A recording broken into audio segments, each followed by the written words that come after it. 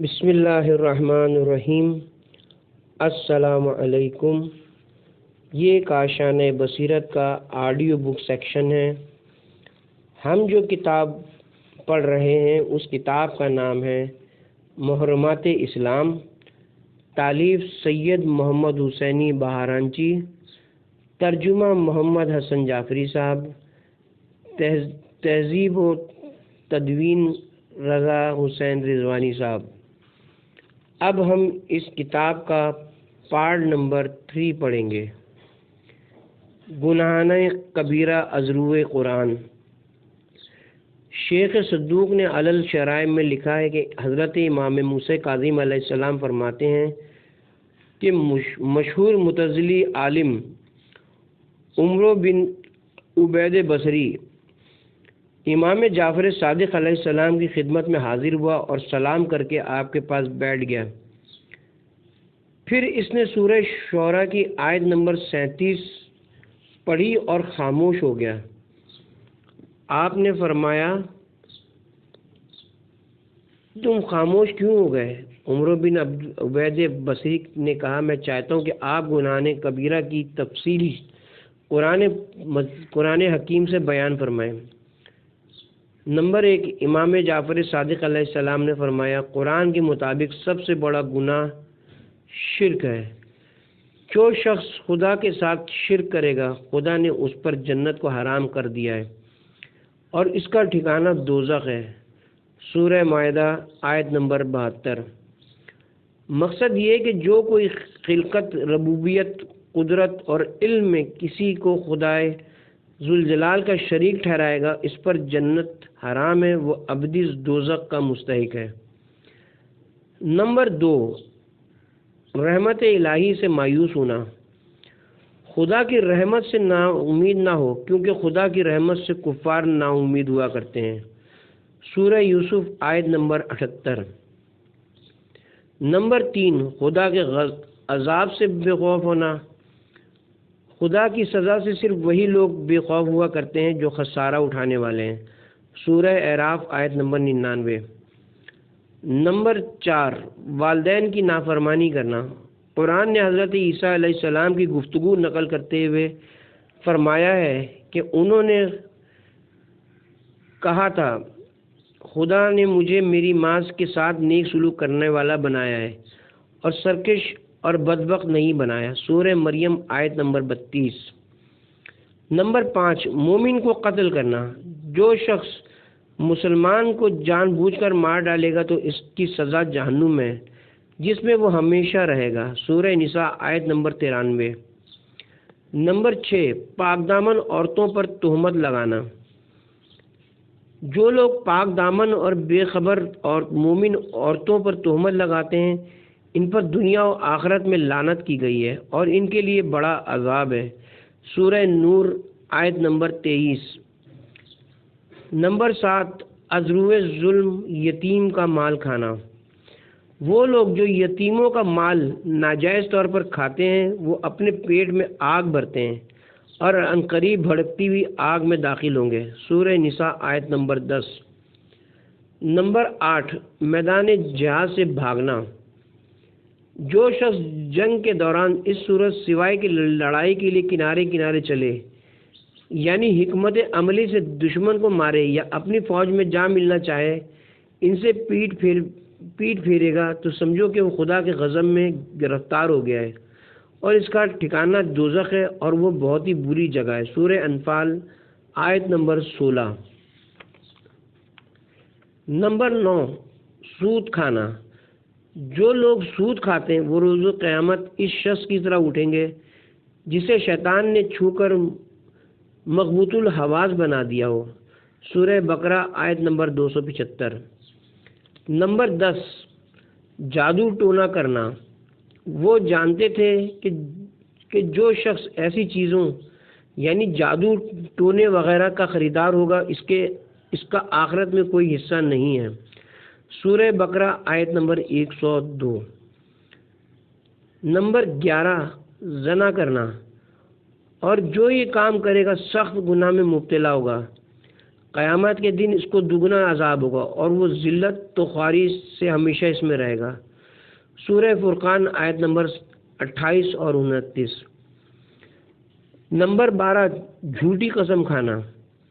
بے شک وہ لوگ جو اللہ کے عہد اور اپنی قسموں کو تھوڑی قیمت پر بیچ ڈالتے ہیں تو ان کا آخرت میں کچھ حصہ نہیں۔ ان سے خدا نہ تو کلام کرے گا اور نہ قیامت کے روز ان کی طرف نظر کرم کرے گا اور نہ ان کو پاک کرے گا اور ان کو دکھ دینے والا عذاب ہوگا۔ سورہ آل عمران آیت نمبر 77۔ نمبر 13، خیانت کرنا۔ جو خیانت کرے گا قیامت کے دن خیانت کی ہوئی چیز کے ساتھ حاضر ہوگا۔ سورہ آل عمران آیت نمبر 161۔ نمبر 14، زکوٰۃ نہ دینا۔ جو لوگ سونا اور چاندی جمع کرتے ہیں اور اسے خدا کی راہ میں خرچ نہیں کرتے، ان کو اس دن کے عذاب علیم کی خبر سنا دیں، جس دن وہ سونا چاندی دوزخ کی آگ میں تپایا جائے گا اور پھر اس سے ان لوگوں کی پیشانیاں اور پہلو اور پیٹھیں داغی جائیں گی اور کہا جائے گا کہ یہ وہی ہے جو تم نے اپنے لیے جمع کیا تھا، جو تم جمع کرتے تھے، اب اس کا مزہ چکھو۔ سورہ توبہ آیت نمبر 34 اور 35۔ نمبر 15، سچی گواہی کو چھپانا۔ جو سچی گواہی کو چھپائے گا اس کا دل گناہ گار ہوگا۔ سورہ بقرہ آیت نمبر 283۔ نمبر 16، شراب پینا اور جوا کھیلنا۔ ایمان والو، شراب، جوا، بت اور پانسے کے تیر ناپاک ہیں اور شیطانی کام ہیں، تم ان سے پرہیز کرو تاکہ تم نجات پا سکو۔ شیطان تو بس یہ چاہتا ہے کہ وہ شراب اور جوئے کی وجہ سے تمہارے اندر عداوت اور بغض پیدا کر دے اور تمہیں خدا کی یاد اور نماز سے روک دے۔ کیا تم رک جاؤ گے؟ سورہ معاہدہ آیت نمبر 90 اور 91۔ اللہ تعالیٰ نے ان آیات میں شراب نوشی اور جوئے کو بت پرستی کے ساتھ شامل کیا ہے اور اس طرح سے ترک نماز اور دوسرے واجبات کے چھوڑنے کو بھی بت پرستی کے مترادف قرار دیا ہے، جبکہ رسول خدا کا فرمان ہے کہ جس نے نماز جان بوجھ کر چھوڑی تو وہ خدا اور رسول کی ذمہ داری سے آزاد ہو گیا۔ نمبر 17، قطع رحمی اور وعدہ خلافی کرنا۔ وہ لوگ جو خدا سے مضبوط عہد کر کے توڑ دیتے ہیں اور جن سے تعلق کا حکم دیا گیا ہے ان سے قطع تعلقات کر لیتے ہیں اور زمین میں فساد برپا کرتے ہیں، ان کے لیے لعنت ہے اور بدترین ٹھکانہ ہے۔ سورہ رعد آیت نمبر 25۔ امام جعفر صادق علیہ السلام سے یہ تفصیلی بیان سن کر عمر بن عبید بصری سر پر ہاتھ رکھ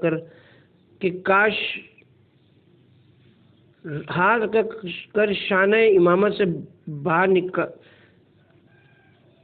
بیان سن کے سر پر ہاتھ رکھ کر کاشانہ امامت سے نکلا اور بلند آواز سے کہنے لگا، جو شخص اپنی رائے اور قیاس سے باتیں کرے اور علم و فضل میں آپ سے جھگڑا کرے وہ ہلاک ہو جائے گا۔ عیون الرضا جلد نمبر 2 صفحہ نمبر 258۔ گناہ اور حرام کی وجہ سے عبادتوں کا ضیاع۔ اس حقیقت میں کسی شک و شبے کی کوئی گنجائش نہیں کہ کچھ گناہ ایسے بھی ہیں جن کی وجہ سے انسان کی عبادتیں ضائع ہو جاتی ہیں۔ مثلاً اگر کوئی شخص ایمان اور عبادت بجا لانے کے بعد مشرک یا کافر ہو جائے تو اس کی تمام عبادات اور اس کے تمام نیک اعمال ضائع ہو جائیں گے، جیسا کہ فرمان خدا بندی ہے، اگر تو نے شرک کیا تو تیرے عمل ضائع ہو جائیں گے اور یقیناً تو خسارہ اٹھانے والوں میں سے ہو جائے گا۔ سورہ زمر آیت نمبر 65۔ بعض روایات میں یہ بیان کیا ہے کہ حرام خوری کا تعلق بھی اسی قبیل کے گناہوں سے ہے۔ اللہ تعالیٰ کا فرمان ہے، ہم ان کے تمام اعمال کو غبار کی طرح سے اڑا دیں گے۔ سورہ فرقان آیت نمبر 23۔ کچھ مفسرین نے لکھا ہے کہ یہ آیت حرام خور افراد کے لیے ہے۔ ہم یہاں یہ بات واضح کرنا چاہتے ہیں کہ تمام گناہوں کا تعلق اس قبیل سے نہیں ہے، جبکہ معتزلہ، کچھ زیدیہ اور خوارج یہ عقیدہ رکھتے ہیں کہ گناہ خواہ کوئی بھی کیوں نہ ہو وہ نیکیوں کو برباد کر دیتے ہیں، جبکہ ہمارا نظریہ یہ کہ ان فرقوں کو اشتباہ ہوا ہے۔ شیخ مفید فرماتے ہیں، قیامت کے دن اہل نار افراد کی 2 قسمیں ہوں گی۔ پہلی قسم کفار اور مشرکین پر مشتمل ہوگی۔ ان کے جتنے بھی فرقے ہوں گے وہ سب کے سب دوزخ میں جائیں گے اور ہمیشہ ہمیشہ کے لیے دوزخ میں رہیں گے۔ دوسرا گروہ گناہگار مسلمانوں کا ہوگا۔ یہ لوگ خدا، رسول، کتاب، ملائکہ اور ائمہ پر ایمان رکھتے ہوں گے، لیکن انہوں نے گناہ کیے ہوں گے اور مرنے سے قبل انہیں توبہ اور اصلاح کی توفیق نہیں ملے گی۔ یہ لوگ وہ ہوں گے جو گناہ کے وقت اپنے آپ سے کہتے ہیں کہ بس یہ گناہ کر لوں تو پھر توبہ کر لوں گا، لیکن مرنے سے قبل وہ توبہ نہیں کر سکے ہوں گے اور قیامت کے دن گناہوں کے بوجھ سمیت حاضر ہوں گے۔ ایسے افراد کے لیے ہم شیعہ امامیہ یہ عقیدہ رکھتے ہیں کہ ان کے لیے خدا کی معافی اور رسول خدا اور ائمہ طاہرین کی شفاعت کا امکان ہے، اور ان کے متعلق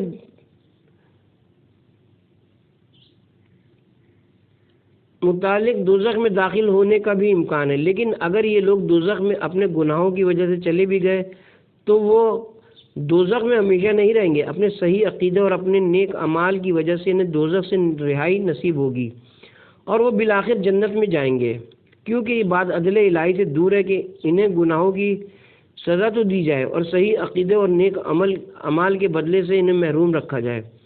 اس کی مثال ایسی ہے کہ کوئی شخص اپنا قرض تو پورا وصول کر لے، لیکن خود جو قرض دینا ہے اسے ادا نہ کرے۔ خداوند عالم عادل اور رحیم ہے، یہ اس کی شان کریم کے خلاف ہے کہ وہ برائیوں پر تو سزا دے مگر نیکیوں کی جزا نہ دے۔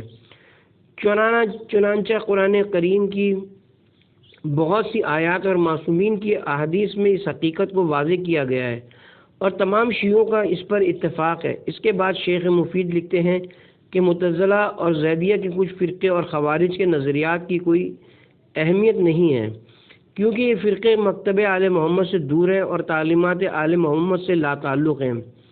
اس لیے اگر یہ لوگ کجریوں اور مغالطوں میں مبتلا دکھائی دیتے ہیں تو اس میں تعجب کی کوئی بات نہیں ہے۔ ویسے تو ثواب اور عذاب کے استحقاق میں کوئی تضاد نہیں ہے۔ اگر استحقاق ثواب اور استحقاق عذاب میں کوئی تضاد ہوتا تو پھر ایک فرد میں نیکیاں اور برائیاں بیک وقت موجود نہ ہوتی۔ جب ہم اپنے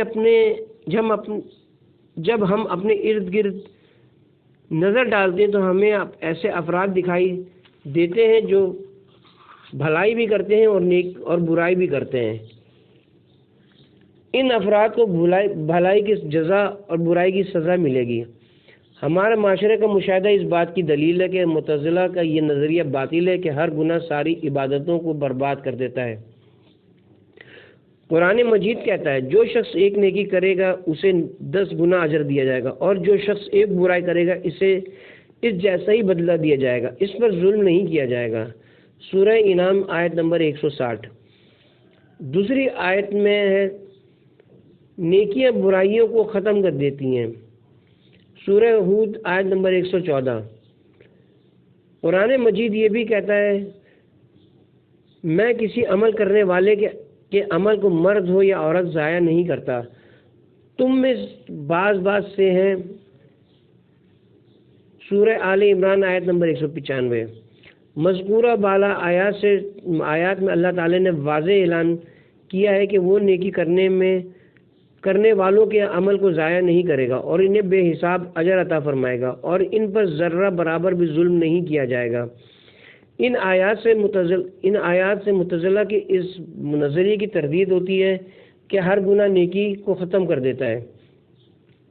حقیقت یہ کہ گناہگار مومن کافروں کے ساتھ ہمیشہ کے لیے دوزخ میں نہیں رہیں گے۔ شیخ مفید المسائل السریہ صفحہ نمبر 101۔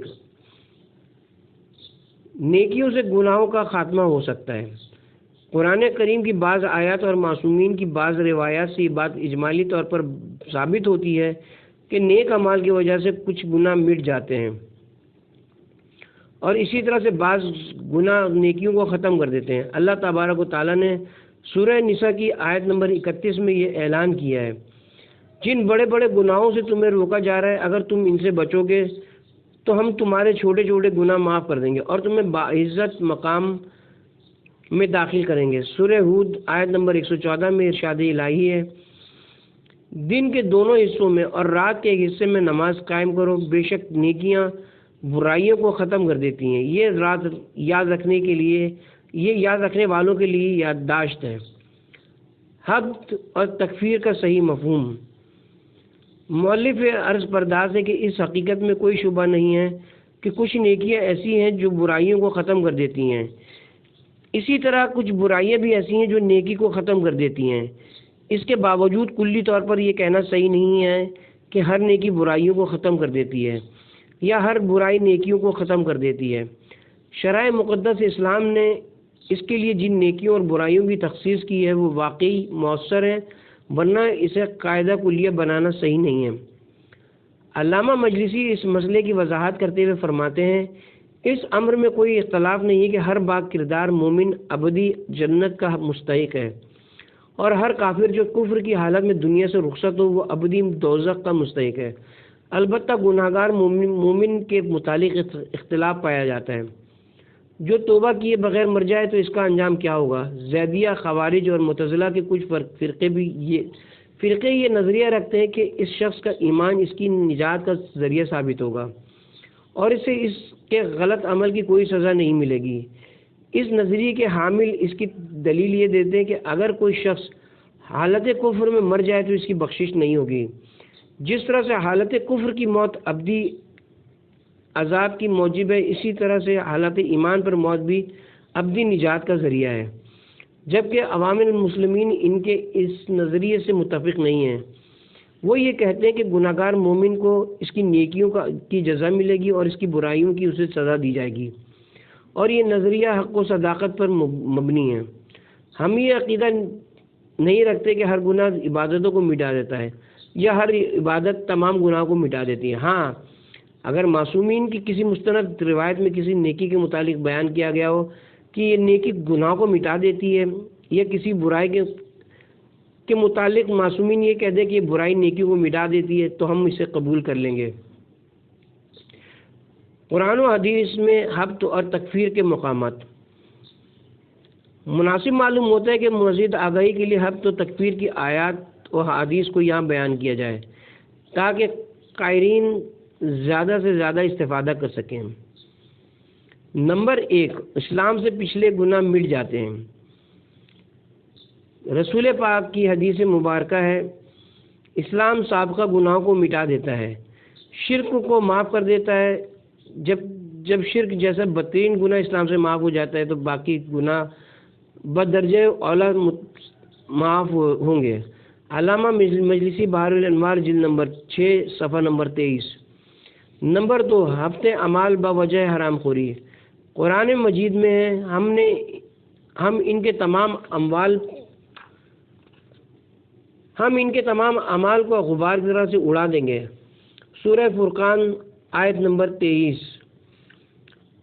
سلمان بن خالد سے روایت ہے کہ میں نے امام جعفر صادق علیہ السلام سے اس آیت کے متعلق پوچھا تو حضرت نے فرمایا، خدا کی قسم، یہ وہ لوگ ہوں گے جن کے اعمال سفید چمکیلے کپڑوں سے بھی زیادہ چمکدار ہوں گے، لیکن جب ان کے سامنے حرام پیش ہوتا تھا تو اسے نہیں چھوڑتے تھے۔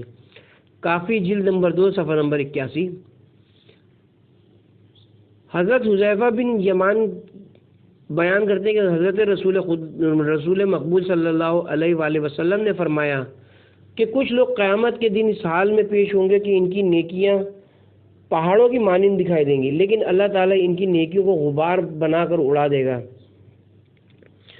پھر انہیں دوزخ میں بھیج دیا جائے گا۔ اس وقت حضرت سلمان فارسی نے اٹھ کر کہا، یا رسول اللہ، ذرا وضاحت فرمائیے کہ یہ کون لوگ ہوں گے؟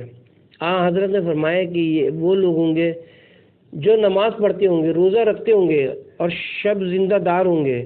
ان میں یہ عیب ہوگا کہ جب ان کے سامنے حرام پیش کیا جاتا ہے تو وہ اس پر ٹوٹ پڑتے تھے۔ مصدر الوسائل جلد نمبر 11 صفحہ نمبر 280۔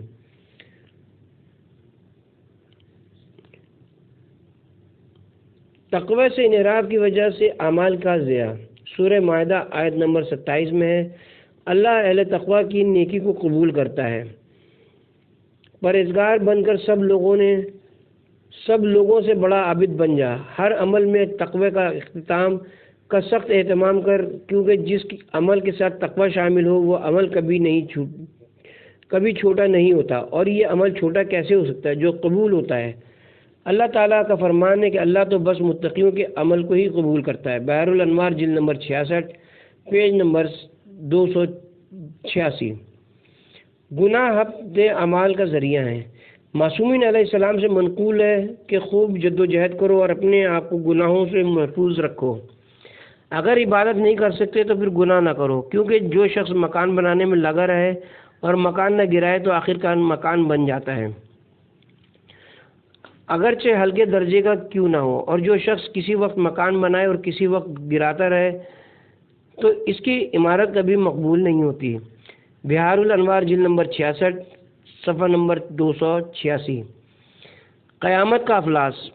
ایک دن نبی اکرم صلی اللہ علیہ وآلہ وسلم نے اپنے اصحاب سے پوچھا، جانتے ہو کہ مفلس کون ہے؟ صحابہ نے عرض کیا کہ مفلس وہ ہے جس کے پاس مال و دولت، باغات اور سرمایہ نہ ہو۔ رسول خدا نے فرمایا، میری امت کا مفلس وہ ہے جو قیامت کے دن اس حالت میں آئے کہ اس کے پاس نماز، روزہ اور زکوٰۃ جیسے اعمال موجود ہوں، لیکن اس نے زندگی میں کسی کو گالی دی ہوگی، کسی پر تہمت لگائی ہوگی، کسی کے مال ہڑپ کیا ہوگا اور کسی کا ناجائز خون بہایا ہوگا۔ ایسے شخص کی نیکیاں اس کے متاثرین کو دے دی جائیں، اگر اس کی نیکیاں کم پڑیں گی تو اس کے متاثرین کی برائیاں اس کے نامہ اعمال میں ڈال دی جائیں گی اور اسے دوزخ میں ڈال دیا جائے گا۔ ایسا شخص سچ مچ مفلس ہے۔ علامہ علی متقی ہندی کنز الاعمال جلد نمبر 4 صفحہ نمبر 337۔ سب سے بڑی عبادت اور سب سے بڑی معصیت۔ تفسیر منسوب با امام حسن عسکری علیہ السلام میں حدیث رسول ہے کہ خدا بند فرماتا ہے، اے میرے بندو، تم میری سب سے بڑی اور سب سے افضل عبادت بجا لاؤ تاکہ میں تم پر کرم کروں، تمہارے گناہ معاف کر دوں۔ یاد رکھو، میری وجہ سے میری سب سے بڑی طاقت میری توحید کا اقرار اور میری نبی کی تصدیق اور اس کے نائب علی ابن ابی طالب علیہ السلام کی اور ان کی پاکیزہ نسل کے ائمہ کا اقرار ہے، اور میری سب سے بڑی اور بدترین نافرمانی میرے اور میرے نبی کا انکار اور جانشین محمد علی ابن ابی طالب علیہ السلام اور ان کے جانشینوں سے دشمنی اور جنگ کرنا ہے۔ بحار الانوار جلد نمبر 27 صفحہ نمبر 96۔ مؤلف کہتے ہیں کہ یہ حدیث کی شرح ہے۔ امام جعفر صادق علیہ السلام نے فرمایا کہ گناہ کبیرہ 7 ہیں جو کہ اللہ نے ہمارے لیے نازل کیے اور لوگوں نے ہمارے ساتھ ان کی تک حرمت کی ہے۔ نمبر 1 اللہ کے ساتھ شرک کرنا، نمبر 2 ناحق قتل کرنا، نمبر 3 والدین کا نافرمانی کرنا، نمبر 4 پاک دامن عورت پر تہمت لگانا، نمبر 5 ناجائز طور پر یتیموں کا مال کھانا، نمبر 6 میدان جہاد سے بھاگنا، نمبر 7 آل محمد علیہ السلام کے حقوق کا نظارہ کرنا۔ پھر آپ نے فرمایا کہ جہاں تک خدا کے ساتھ شرک کا تعلق ہے، خدا بند عالم نے قرآن کریم میں ہماری مدح کی اور حبیب خدا نے ہمارا مقام بیان کیا، لیکن لوگوں نے ان کی مخالفت کی اور ہمیں چھوڑ کر اغیار کی پیروی کی۔ امام حسین علیہ السلام ان کے خاندان اور ان کے اصحاب کو قتل کیا، اور جہاں تک والدین کی نافرمانی کا تعلق ہے تو ثبوت دیا، اور جہاں تک پاک باز عورتوں پر تہمت لگانے کا تعلق ہے تو لوگوں نے برسر ممبر بنت رسول کو برا بھلا کہا، اور جہاں تک مال یتیم کھانے کا تعلق تو خدا نے خمس میں ذی القربہ کا ایک حصہ ہمارے لیے مخصوص کیا ہے۔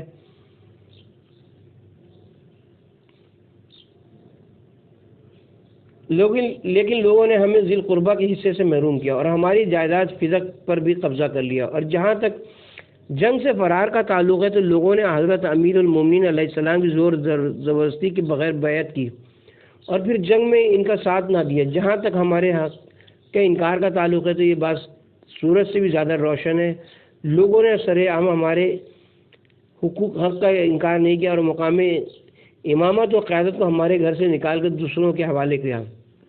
شیخ المفید المطمئنہ صفحہ نمبر 280۔ گناہ شناسی۔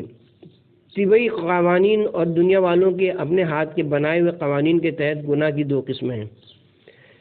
پہلی قسم کا تعلق قانون فطرت کی مخالفت سے ہے اور دوسری قسم کا تعلق اجتماعی زندگی میں خلل ڈالنے سے ہے۔ پہلی قسم کی مثال الکحل سے بنے مشروبات استعمال کرنا یا بلندی سے چھلانگ لگانا۔ سیدھی سی بات ہے کہ الکحل سے بنے مشروبات پینے سے انسانی جسم پر برے اثرات پڑتے ہیں۔ اس سے انسان کا دماغ، گردے، جگر اور دوسرے اعضاء متاثر ہوتے ہیں، اور بلندی سے چھلانگ لگانا بھی اپنے آپ کو ہلاکت میں ڈالنے کے مترادف ہے، کیونکہ یہ زمین کی کشش ثقل ہے، متصادم ہے۔ جو انسان بھی ایسا کرے گا وہ اپنی سلامتی اور زندگی کو داؤ پہ لگائے گا۔ دوسری قسم کی مثال چوری، چاقو زنی، انسان کشی وغیرہ ان جرائم سے معاشرے کی نظم و نسق میں خلل پڑتا ہے، لہذا قانون کی روح سے یہ امور ممنوع ہیں اور ان کے ارتکاب کرنے والے کو قید و جرمانے کی سزا ہو سکتی ہے، بعض حالات میں اسے سزائے موت بھی دی جا سکتی ہے۔ خلاصہ یہ کہ اہل دنیا کی نظر میں گناہ وہ ہے جس کا تعلق مادی امور کی خلاف ورزی سے ہو، لیکن دین میں گناہ کا تصور اس سے کہیں زیادہ وسیع ہے۔ دین میں طبعی قوانین کی خلاف ورزی اور معاشرے کا بگاڑ ہی گناہ نہیں بلکہ ہر وہ عمل گناہ ہے جو انسان کی اخلاقی فضیلت، شرافت، عفت اور اجتماعی سعادت کے منافی ہو، اور ان تمام امور کی خلاف ورزی کرنے والا سزا کا مستحق ہوتا ہے۔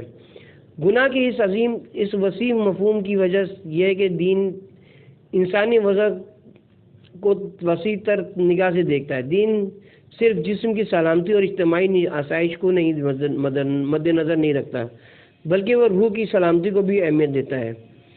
دنیا کے قوانین، یہاں تک کہ ترقی یافتہ ممالک میں بھی آج تک خودکشی کے لیے کوئی قانون نہیں بنا۔ اسی طرح سے اگر کوئی شخص تنہائی میں الکحلی مشروبات پیتا ہے تو قانون کو اس پر کوئی اعتراض نہیں ہے، اور اگر مرد و زن باہمی رضامندی سے بد کرداری کرتے ہیں تو آج کی معتمدن دنیا کے قانون کو اس پر کوئی اعتراض نہیں ہے۔ دنیا کے قانون میں گناہ اور جرم ہر وہ فعل ہوتا ہے جو معاشرے کے اجتماعی نظام میں خلل ڈالتے ہوں، اور اگر کسی کا فعل اسلام کی روح کی نظر میں ہر وہ فعل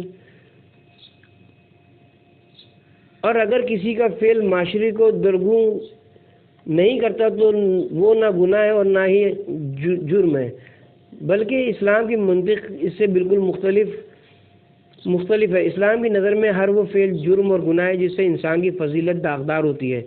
اسلام کہتا ہے کہ اس طرح کے انفرادی گناہ دراصل اجتماعی امن کو بھی بالواسطہ طور پر متزلزل کرنے کا سبب بنتے ہیں۔ آج انسانوں کے قانون میں جھوٹ، تہمت، غصہ، حسد، سود، حرص، تکبر، کینہ جیسے گناہوں پر کوئی قدغن نہیں ہے، اور قانون سازوں کی نظر میں انہیں مجرم نہیں سمجھا جاتا۔ لوگ جرائم اور گناہ کو مادیات کی عینک سے دیکھتے ہیں، جبکہ اسلام جس طرح سے مادیات سے مربوط مسائل پر توجہ دیتا ہے، اسی طرح معنوی مسائل پر بھی توجہ دیتا ہے، اور مذکورہ بالا گناہوں میں سے چند گناہوں کا تمام جرائم کا بنیادی سبب قرار دیتا ہے۔ مثلا امام محمد باقر علیہ السلام نے فرماتے ہیں اللہ تعالیٰ نے تمام برائیوں کے لیے تالے مقرر کیے ہیں تاکہ لوگ ان میں مبتلا نہ ہوں، اور ان تالوں کی چابی شراب ہے، جبکہ جھوٹ کا نقصان شراب کے نقصان سے کہیں زیادہ ہے۔ ملا احمد نراقی، جامع سعادات، جلد نمبر 2، صفحہ نمبر 323۔ ایک اور حدیث میں امام حسن عسکری علیہ السلام فرماتے ہیں تمام گناہ ایک گھر میں جمع کیے گئے ہیں اور اس کی چابی جھوٹ ہے۔ مستدرک الوسائل، جلد نمبر 2، صفحہ نمبر 100۔